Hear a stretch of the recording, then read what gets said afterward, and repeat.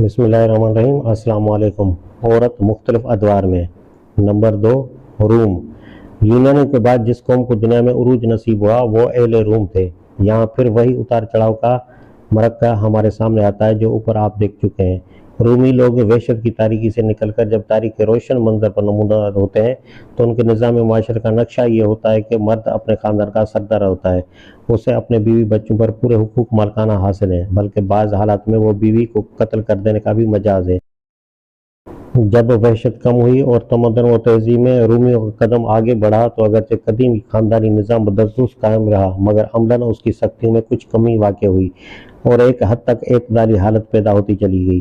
رومی جمہوریت کے زمانہ عروج میں یونان کی طرح پردے کا رواج تو نہ تھا مگر عورت اور جوان نسل کو خاندانی نظام میں کس کر رکھا گیا تھا۔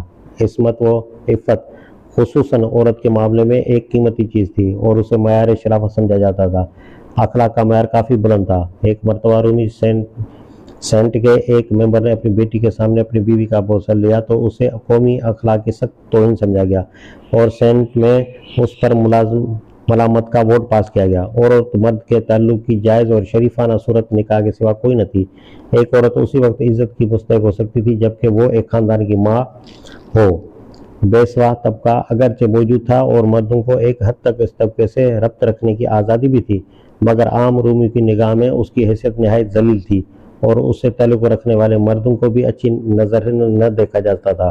تہذیب اور تمدن کی ترقی کے ساتھ ساتھ اہل روم کا نظریہ عورت کے بارے میں بدلتا چلا گیا اور رفتہ رفتہ نکاح و طلاق کے قوانین اور خاندانی نظام کی ترکیب میں اتنا تغیر و نما ہوا کہ صورتحال سابق حالات کے بالکل برعکس ہو گئی۔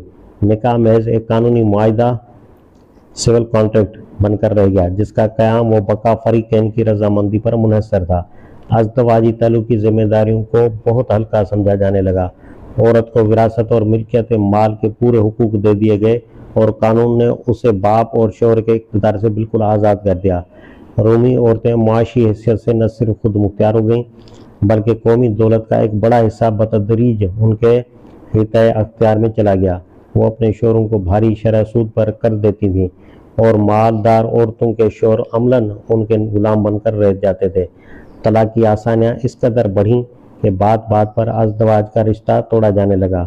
مشہور رومی فلسفی و مدبر سینیکا سختی کے ساتھ رومی کی کثرت طلاق پر ماتم کرتا ہے۔ وہ کہتا ہے کہ اب روم میں طلاق کوئی بڑی شرم کی قابل چیز نہیں رہی۔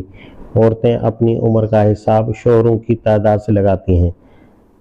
اس دور میں عورت یکے بعد دیگرے کئی شادیاں کرتی جاتی تھیں۔ مارشل